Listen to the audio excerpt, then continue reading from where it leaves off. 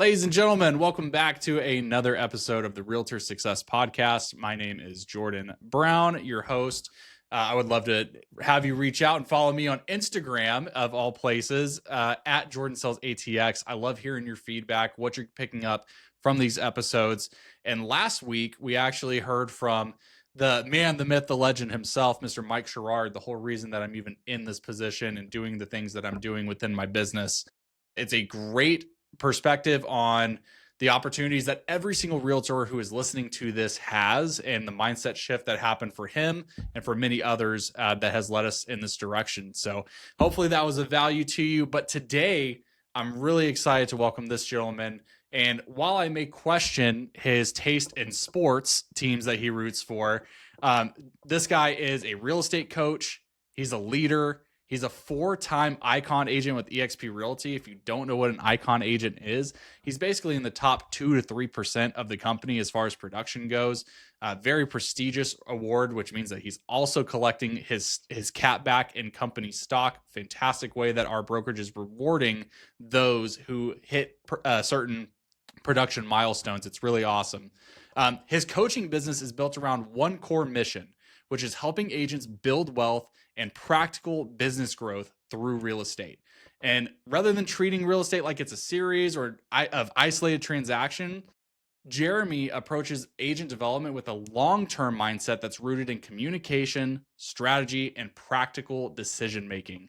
He's known for his relationship-first approach. I know that myself. He's such a fantastic resource for those here in our community. And he helps agents think beyond the immediate deal to build that lasting, scalable brand. So whether an agent is trying to streamline their systems, scale their lead generation, or make smart decisions around their business growth, Jeremy's focus is the same. Understand the goal, build the right plan, and guide the process with clarity. Welcome to the podcast, Mr. Jeremy Kane.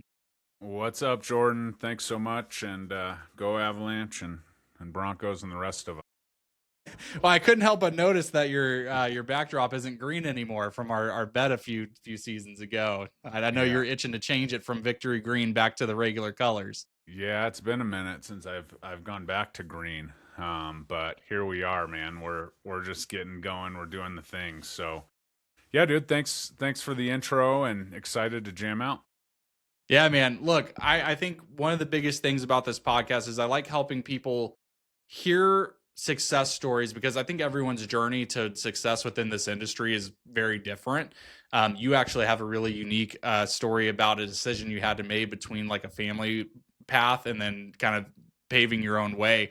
So I'd love to maybe just tap on what those early days into real estate look like, and then kind of get me caught up. Give me the story of Jeremy's journey in real estate so far and get us caught up to today.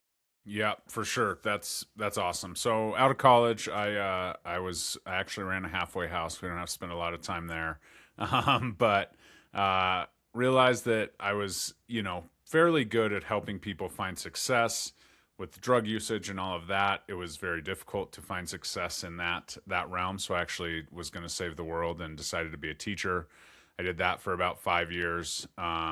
What teaching did was it allowed me to get into coaching. So I coached high school basketball for a few years. And yes, I coached high school basketball, but I did coach a few players that are now in the NFL on the football side. So that was not a big deal. That was cool. Really my passion, right? Like coaching, it was fun. We won a state title. We did a lot of things. So I found some success there. And while I was teaching, and then my dad is a managing broker, or has been a managing broker, and he was in the game for probably 25 years. And it was time to start a family, right? I was 5-6 years out of college, and I just said, hey, man, I'm thinking about going into real estate. It was fresh after, the 08, 09 kind of disaster that was real estate. He had actually taken his brokerage and merged it with another brokerage and was in a management position there. And so I didn't know what he was going to say, because those weren't great years in the business. And he was like, oh, you'll be great at it. Let's go. So I got out of teaching and got into real estate. And it was pretty much natural to me, right? I've always had a lot of, connections. Turns out I didn't really make anyone really angry in elementary school, middle school, or high school, because I've had people that probably weren't really my like, you know, greatest fans reach out and, you know, purchase real estate in the past. So I was always, you know, the guy that kind of brought everybody along and did things. And when I got into real estate, had access to Facebook since the day I entered college, because I needed an EDU email address back in the day to get a Facebook account. So that was a pretty foundational These youngins piece. don't know what that's all about. Yeah. Before, when Facebook first started, you had to have a college email address to register. And that was when I was 18 years old. So I was able to kind of, you know, latch on to the high school people and the people from my past and the people in college. So that was a big stepping stone for me. When I got my license, I just kind of hit up Messenger, and it was always different for me, right? I tell people all the time, I've never sold a home. Like, I'm not a salesperson, although I've, you know, helped 500 people find homes or sell homes. But not bad for not a salesman. Right. And I just don't have a very salesy approach. So my approach was pretty simple. I just said, hey, you know, what are you doing for work these days? Long time no talk. If they were active on Facebook or, you know, whatever the platform was at the time, Facebook was the major one. You know, I could see, oh, we had a kid, we got married, those kind of things that would come in.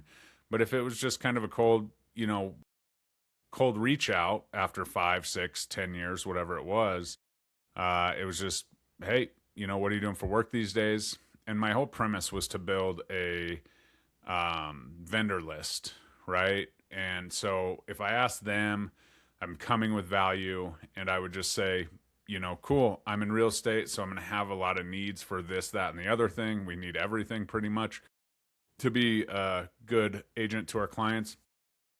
And I have some still, you know, industry partners that I refer out from those reach outs originally.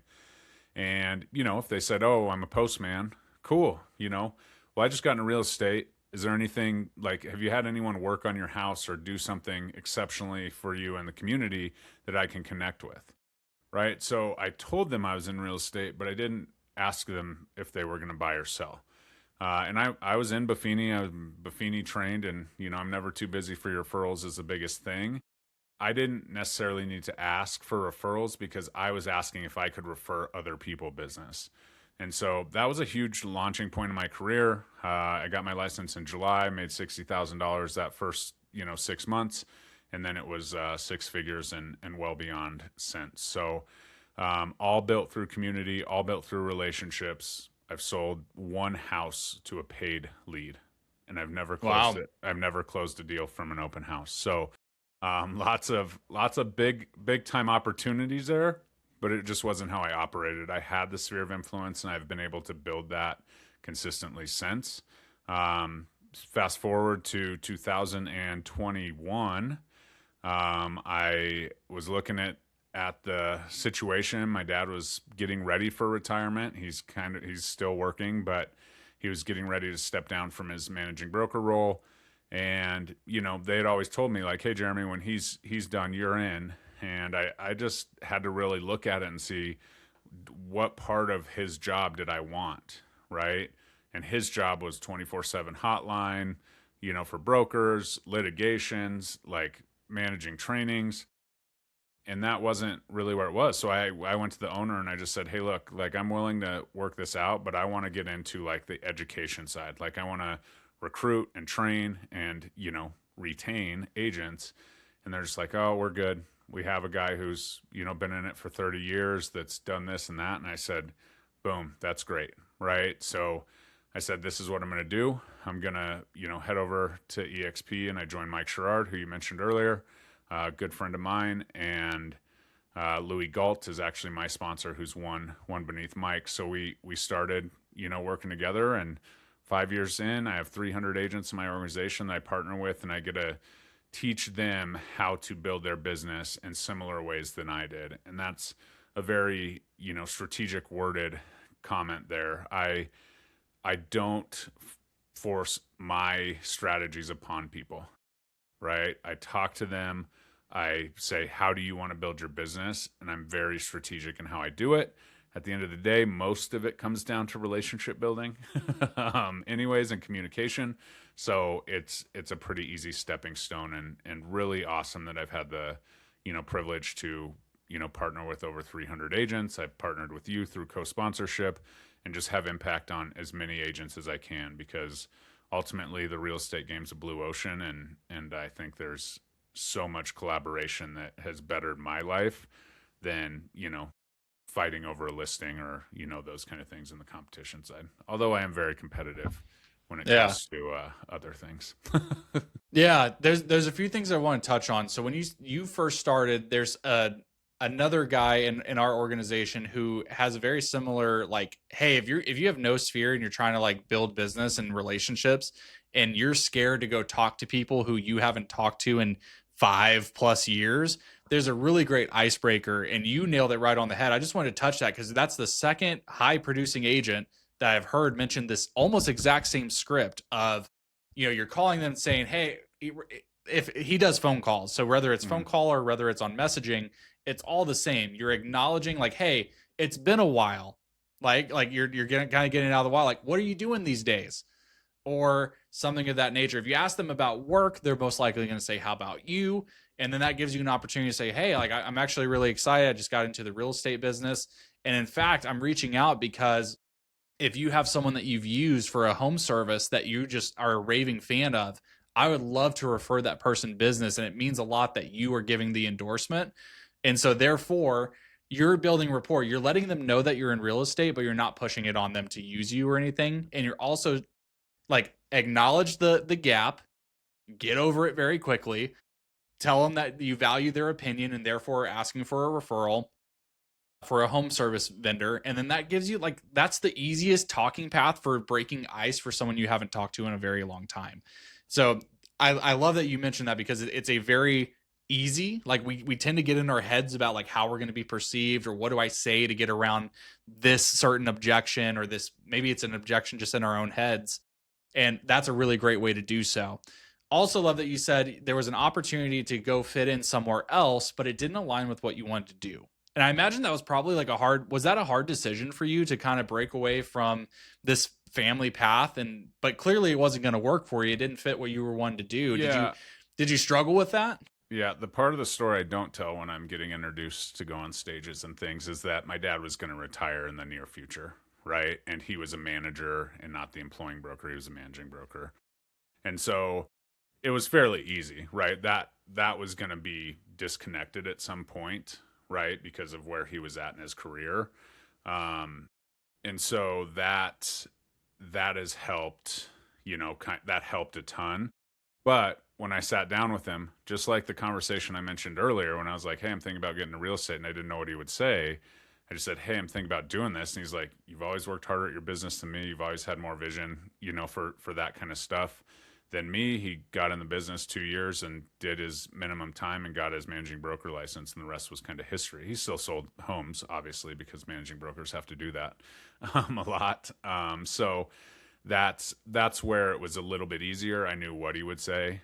And, the honest truth is, when you look at the numbers, had he come over when my cousin Lisa Kane, who's a longtime EXP agent, originally introduced the model to us, he probably wouldn't have to be selling 1 or 2 houses a year to live his lifestyle, which is still pretty good, right? He's made it at that point, but there's a lot more lucrative opportunities here over at EXP. So that was part of it for sure. Yeah. Well, shout out to Dad for giving you the confidence to go pursue your own thing. It doesn't always work out that way. It could be something personal where it's like, man, I've teed this up for you. Like everyone's expecting something, but no, like he's like, go forge your own path. So that's awesome. And he still invites me to Christmas and Thanksgiving dinner. So we're good. That's great. Yeah. Yeah. It's not awkward at the family gatherings. That's funny. Another thing you touched on that I think is another really important point. It doesn't matter what way you're generating these, but at the end of the day, whether it's online with social media, whether it's through calling, at the end of the day, business is built on conversations and relationships. And I think at the essence of what real estate is, if you can figure out how to have more conversations to develop relationships, that's literally the longevity question of real estate. How long you're going to stay in this business is directly tied to how many conversations did you generate and how are you maintaining relationships? Essentially, like more or less, that's the game. Everyone thinks it's about selling houses. Like, no, it's more about like exactly that. You're almost constantly prospecting in a way, and not so much in a formal sense of prospect. When I think of prospecting, I think of like boring, unsexy, whatever work. But and that is one way to do it. But it doesn't matter what you're doing, whether it's calling, whether you're only doing sphere of influence, whether you're using open houses. It's all aimed at generating conversations. And you do that so well with your business model. Tell me like what some of the pillars of how you run your business today look like. As someone in 2026, what's the backbone of the Jeremy Kane real estate experience? Yep. And that's important, right? We get so bogged down when you're into the industry with leads, right? The word lead. I need leads. I have to have leads. Do you provide leads? This, that, the other thing. Like a lead is literally a data point, right? And we have access to a lot of cool things right now that you could probably find some data points. Now, you got to be careful about just blindly reaching out to random people based on your state and federal rules. But social media is 100% a different world, right? Than our, forefathers in the industry, for lack of a better term, that had to, door knock, hustle those open houses, do all these things that are more the traditional active prospecting kind of in that bucket. And so that's how I built it from the beginning, because I was the person that understood social media because I'd been on Facebook since the beginning.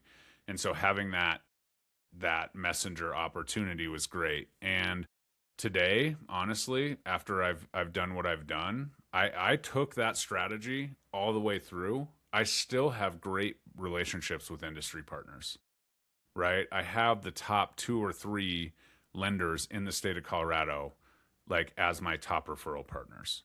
Why? Because they now refer me business too, right? And so there's a strategic advantage to that as far as like how I built those relationships, but it's no different than I built my business in general.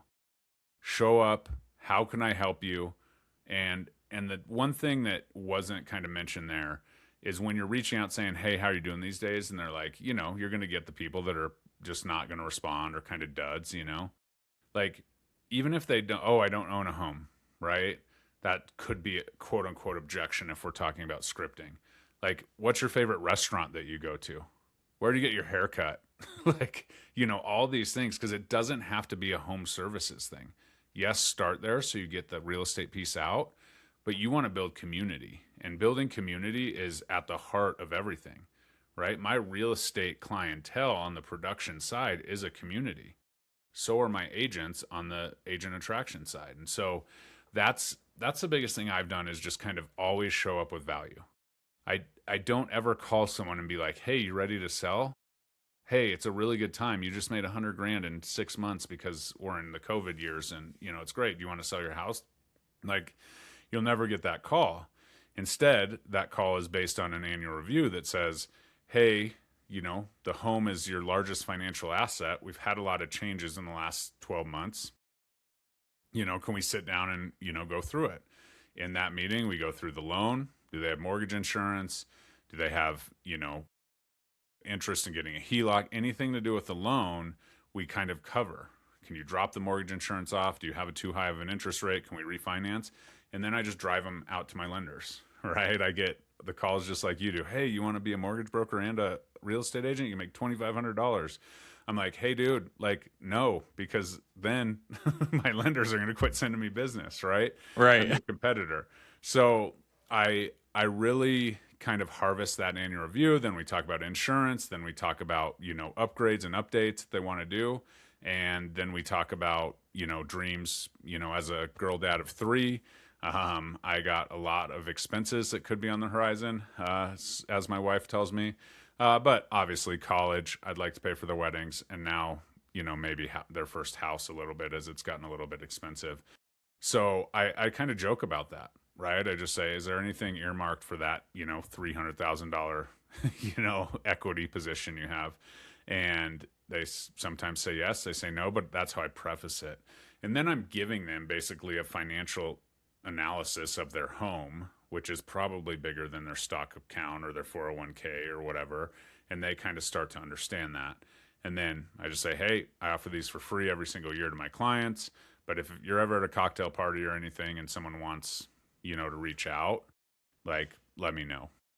And so my business is 100% referral at this point, right? I Yeah. do social media. It's just like I'm out there. That's almost like my mailer, right? It's just to stay top of mind, relevant information on the market, not the most like sexy edits and, flashy property tours. I do those when I have a property to do it, but I'm not running around taking film of 45 properties just to get people into my Instagram channel, because it wouldn't fit the mode, right? And with Yeah. that said, people say I did lives for a long time on Wednesdays, and actually recently started those back up.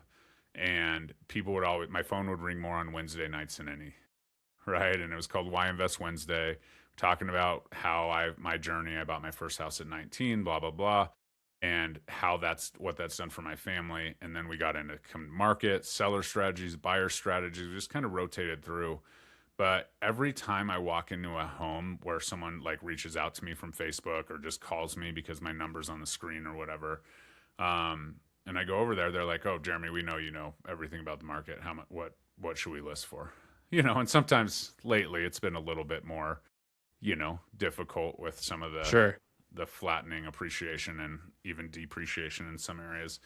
But that's how it is. So my content stands up so that I don't have to have those really hard conversations that we practice in the, you know, Yeah. the Social role play media does rooms. Yeah. it does the edifying for you, because by the time someone is reaching out, and this is whether it's people that already follow you or if you're procuring new business, whatever it is, these people, by the time they reach out to you, they've made the decision they want to talk to you. Like they've made the decision, the conscious effort to reach out to you on purpose. It wasn't some accidental conversation that they got boiled into. It's, I want to hear from you because it sounds like you know what you're talking about.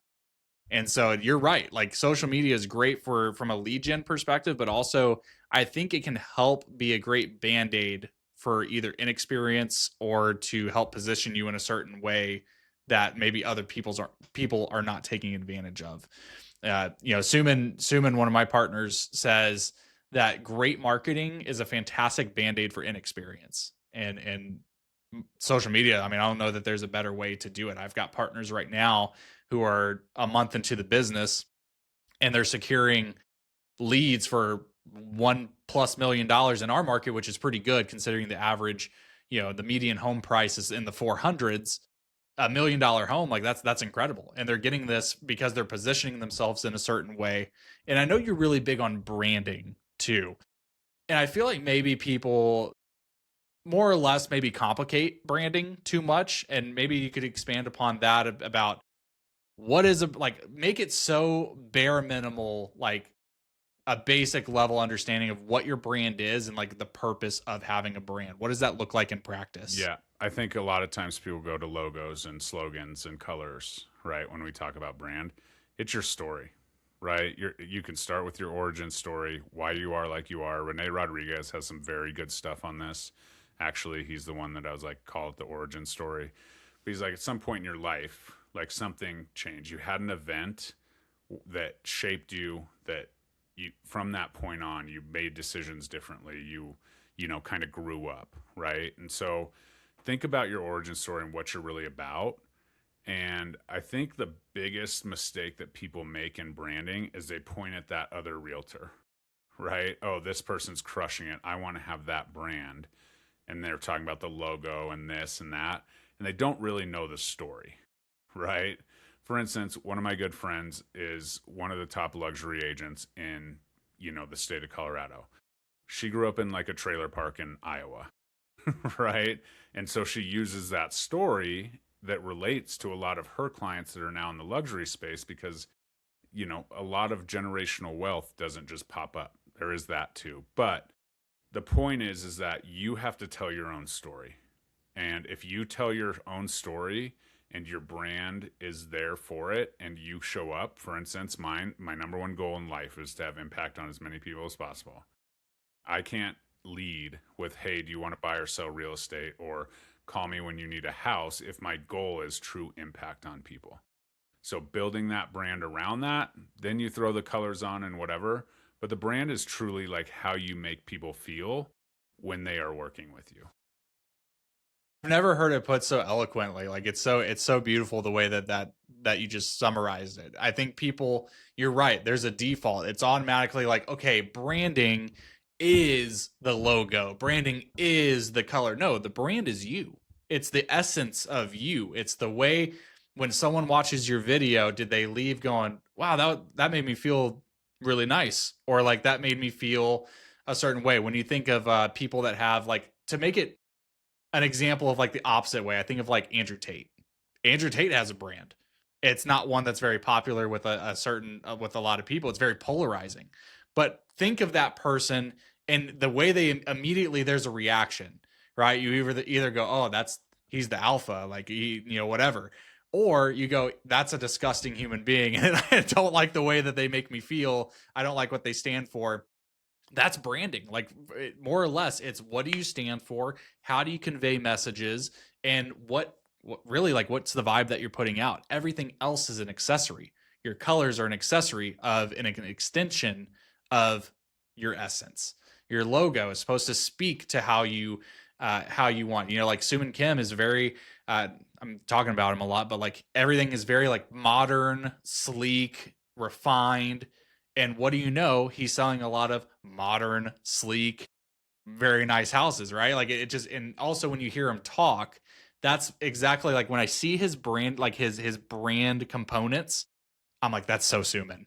Like straight up. Like I couldn't see him with a crazy outlandish logo or anything of that nature. So you're exactly right. It's the essence of who you are. I love that.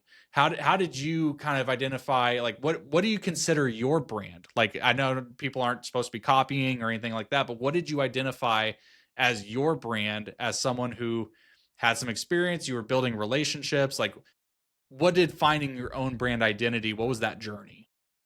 Yeah, I mean, obviously that was shaped a ton by the Buffini idea of working by referral and kind of how to serve people and develop raving fans, right? And it's not necessarily about selling the most houses or that kind of stuff. It's about the stories, right? It's about getting into it. And I always basically, I mean, you talk about marketing, and yes, marketing is important. Real estate's problem solving, right? There's always an answer. So if I can solve a problem and I can be a little bit more even keeled in the emotional, highly emotional process. I also have a psychology degree.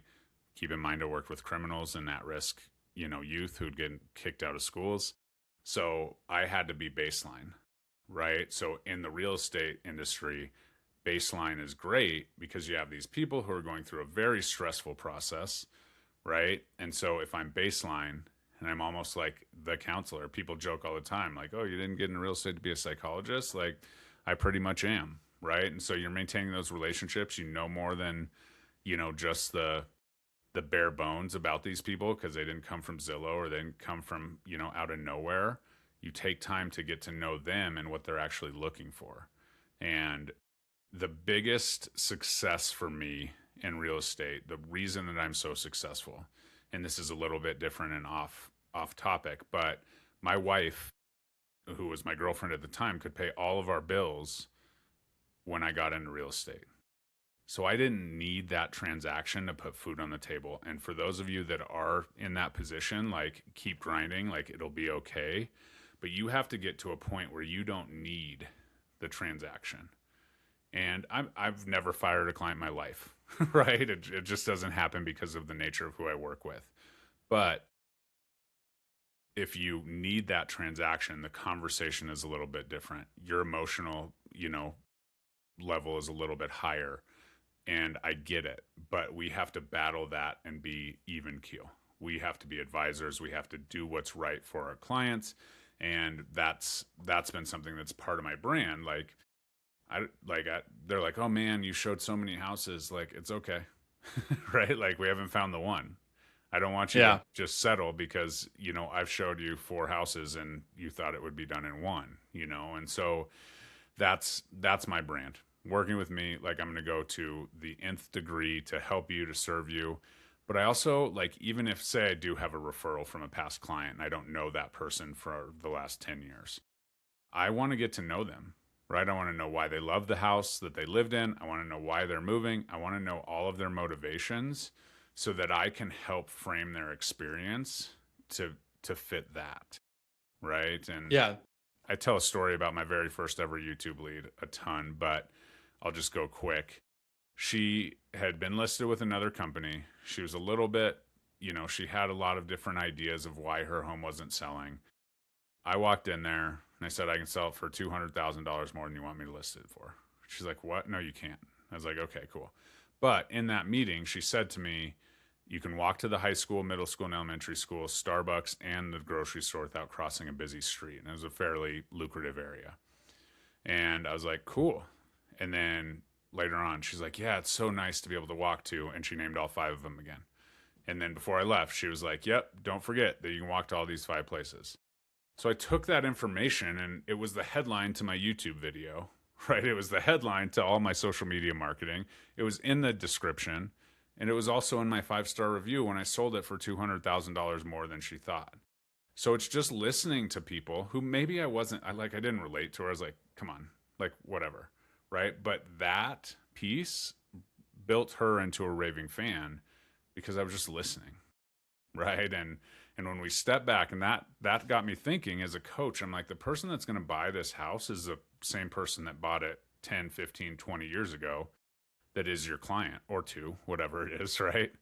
And if we can market it to that person, it's probably going to be a fit, right? If you have a client that moved into a house that, has 4 bedrooms and whatever, like it's probably going to be someone where they were. Hey, where are you at in life when you moved in this house? Oh, we just had, Johnny, but Stella was on the way and all this stuff, And so if you can then say, okay, what'd you love about the neighborhood when you moved here? Like, what'd you love about the house? Why'd you pick this one? Then if you can build that into your marketing, then it's going to attract that same person that's looking for the same size house, usually. Yeah. So that's a key factor. But honestly, it's listening. Just listen to people and communicate that to the masses, obviously if it's allowable and appropriate. But Yeah, I think of the difference between a video that just tells me the basic facts about the home, like the material facts. It's a 3-bedroom, 1,600 square feet, blah, blah, blah, like, versus the videos that make me feel something, or that make it to where it's like, this is why you should care about this house in particular. And you can get a lot of those insights by asking the right questions. As you alluded to, a handful of those that you can ask. What stage of life were you in when you bought this house? What attracted you to buy this home? What's your favorite feature even today? What do you still love about this house? Telling a story as to, like, that's marketing. That is the marketing piece, instead of just the material facts. People can go to the MLS to find material facts. They can go to Zillow, whatever website. But the things that make you feel, that help you identify why this is going to be a good fit, that's the things that you find out during either a listing presentation or that initial consult call, that you can help build a marketing plan around. I mean, I know myself, when I first started, when I was a newer agent, I leaned into a presentation. I used to have I'm not dunking on anyone I'm not saying I'm like the master of presentation or listings appointments, but I got away from that, because if you're going in with like this pre-prepared thing, in my opinion, you're going in pre-prepared. I'm trying to like show you who my brokerage is, what I am. Here's some comps, blah, blah, blah. Like, I'm not getting to know anything about what you care about, or the home on like a really intimate basis. I'm taking everything very surface level. I'm pushing my agenda in front of you, as opposed to now, all I do, I bring an iPad. And if we're going to get to the point where we're reviewing comps, or when we get to the point, I will pull that up. We'll look at it in real time together. But the entire time is me trying to figure out like what they love about the home, and all of the things that you mentioned above. Asking questions like, what does this timeline need to look like for you? Like, what is your ideal timeline? What's on the other side of this transaction? What are you trying to get to? Yep. Or we're trying to move, towards our grandparent or our grandkids, right? Like, that's the important stuff. I think we put too much emphasis on pushing this, like, here's why you should use me. Here's all my credentials. Here's the facts about my brokerage and our sales history. Like, people will often overlook that if they feel heard. If they feel heard and understood, you'll win that more so than if you have the flashiest presentation. Yep. That's just my one take of the on it. last things that you should be talking about to the seller is their house, right? And that's completely backwards about how everything's built, right? Yes, you should talk to them about their house, but not leading. My number one question at every single listing and presentation is, where are you going? Like, what are we going to do? Because everybody's so focused on the house and they jump into the house and all the things.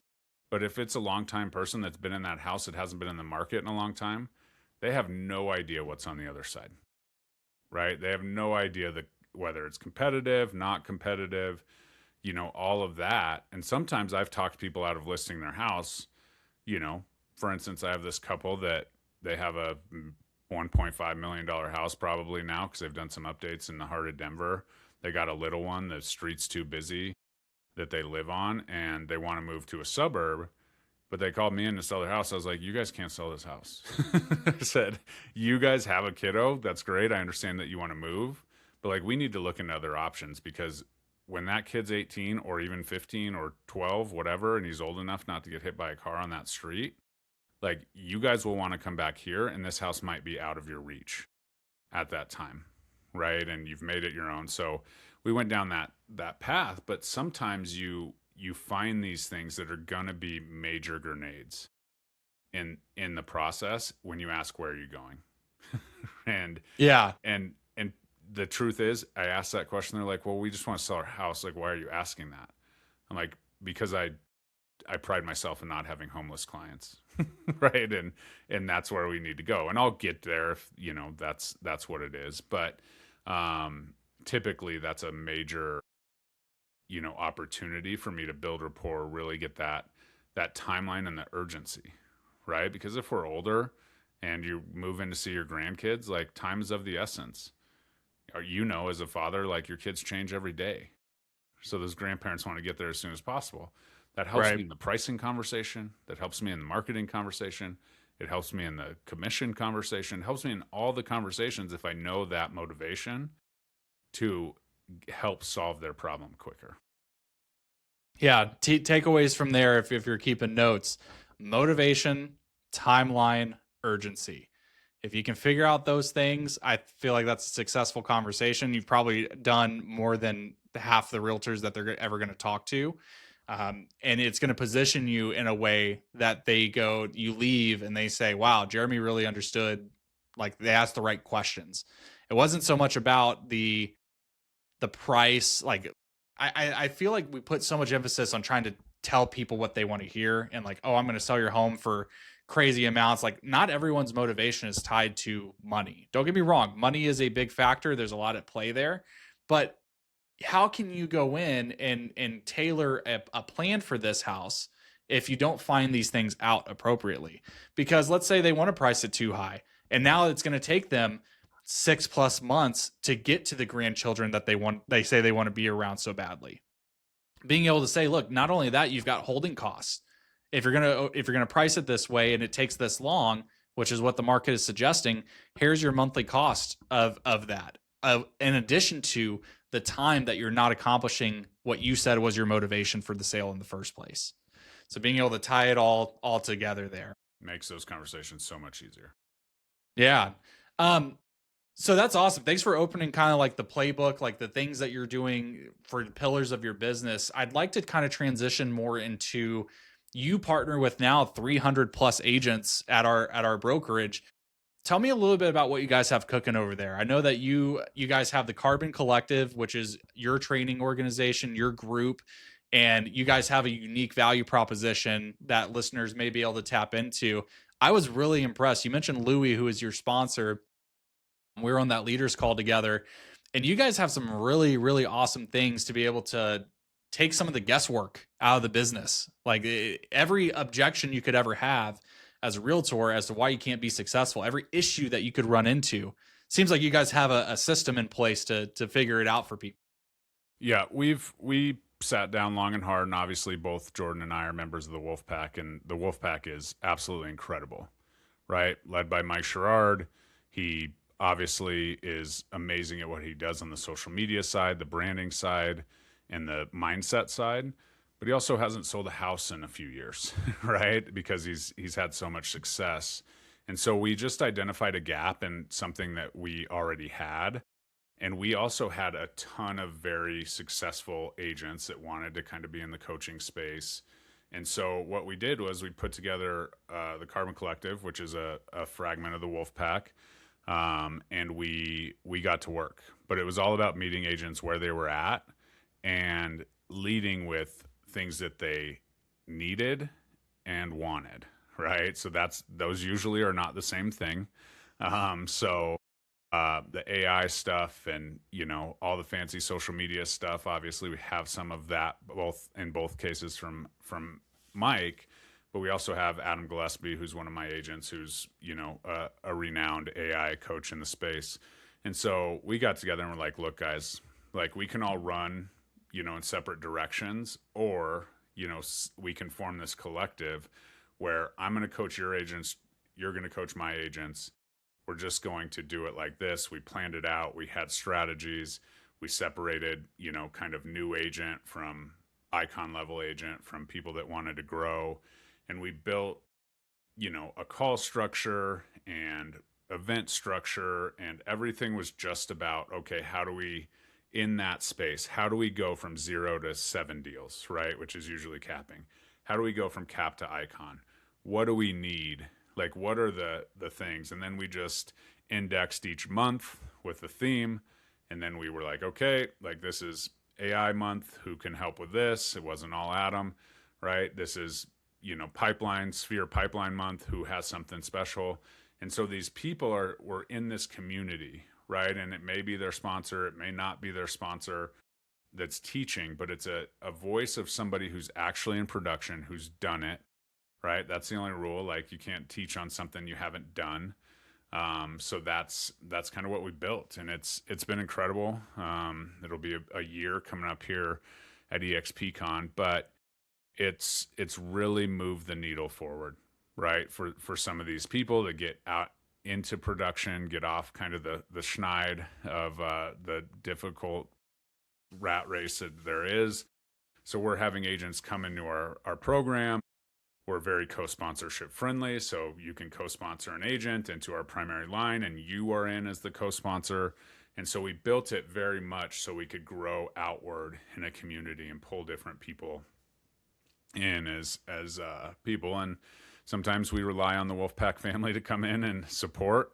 For instance, John Michael came on about his Facebook groups and everything he does.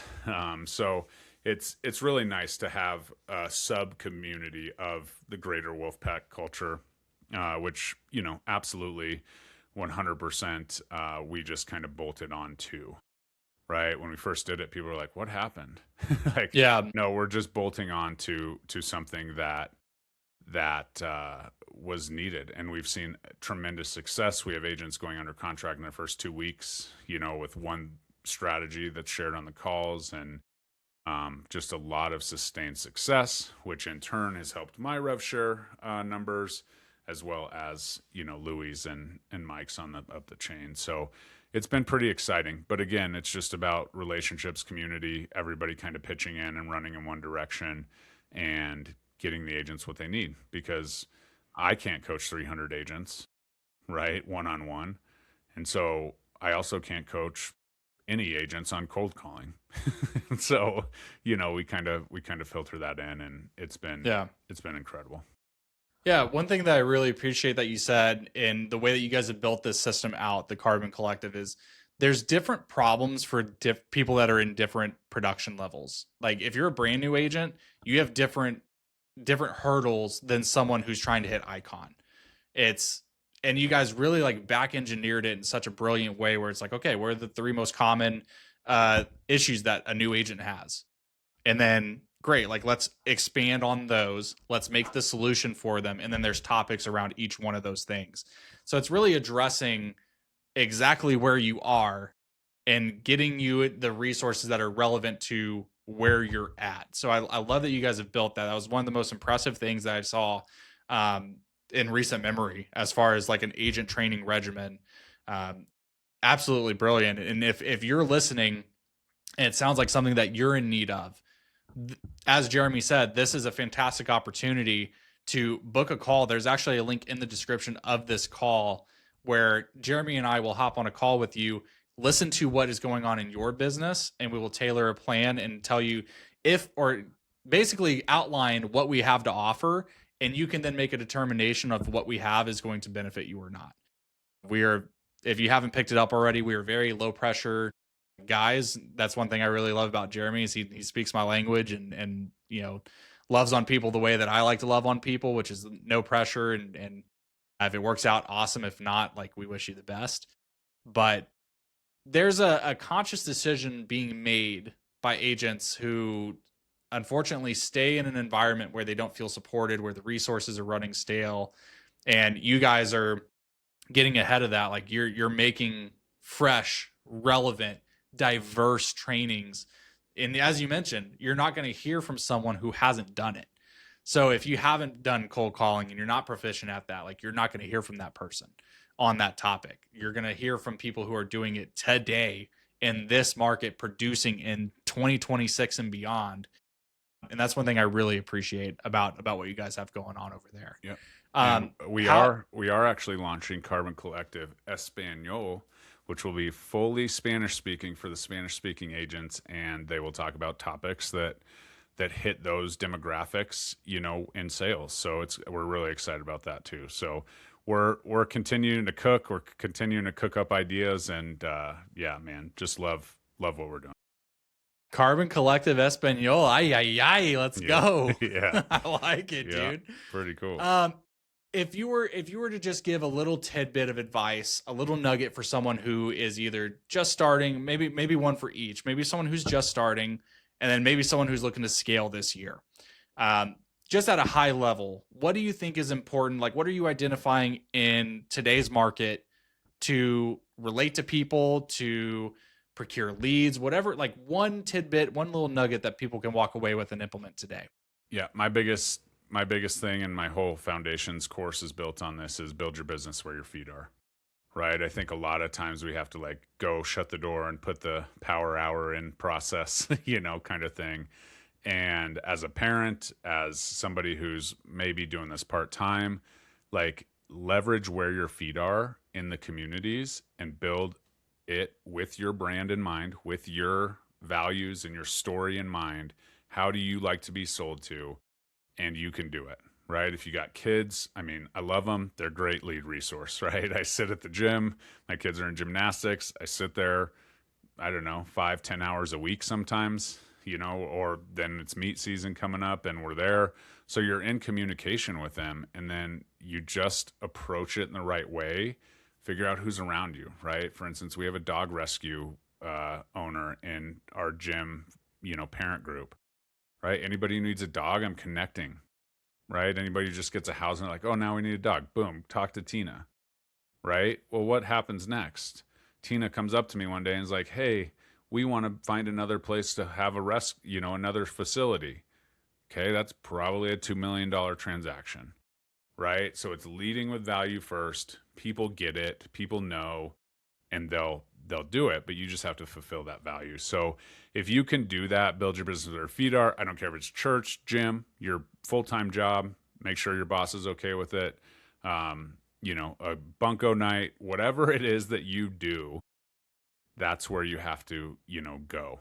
And people are like, well, I don't do anything. Well, if you don't do anything and you don't talk to people and you don't like communicate with people, like, you probably won't enjoy this business long term, because it's a people business, and that's the bottom line. And if it's really hard to stay motivated to run those YouTube videos, right, to do those social media posts when you're getting 10 views, right? But you have to stay consistent, and then those 10 views turned into 10,000 views, turns into 100,000 views, and people are getting to know. So just build your business where your feet are, build a strategy, and don't be a crazy sleazy car salesman. But there is a lot of opportunity in that, in the communities that we already are in every single day. Yeah, I appreciate you sharing and taking this last 45 minutes to an hour to pour into people listening. And a few of my key takeaways I would say are, building your brand is your story. Like lean on your story to build your brand. When I think of, you mentioned the number one agent in Colorado who grew up in a trailer park. I think of John Michael, like his story. I've heard it at his trainings. He's one of my best friends. Like I was literally his best friend when he was in the trailer park. So I've gotten to watch him and the way that he's utilized his story to build that brand. That he always mentions, like I grew up in a trailer park. I was on welfare. Like never thought that I would own my own home, and now he's a multi-millionaire real estate agent flipping houses. I mean, he's got three flips under that he's bought. Now he's got an incredible family, beautiful home in a great neighborhood. Like it's just like that's the brand. If you're struggling, lean into what makes you you. Always lead from a place of contribution. Another thing that I see in all my successful agents is their connectors. When I think about the Emily Shelton interview that I did on this podcast a few weeks ago, she mentioned like so much of what I do is just meeting people where they're at in life, not pushing this real estate agenda, but people like when you're at football games with other parents and you have small, like they know you, like you're adding them on Facebook, they're seeing that you're a realtor or having those conversations. And then eventually something comes up where they're like, hey, like what paint colors are in right now? Like what accent wall colors are in right now? And you're like, oh, like they trust, like they're reaching out to me a little bit for some credibility here. Those are the kind of connections or, hey, like we're needing to move to, you mentioned earlier, like, hey, not even just home stuff. Who can I take for my kid's haircut? Do you have anyone that you can recommend? And being the connector builds credibility over time. I think a lot of realtors are too impatient to be in this business right now. I think this is not one of those industries you get into, and when things don't just turn out the first handful of months, you just abandon whatever it is that you're doing.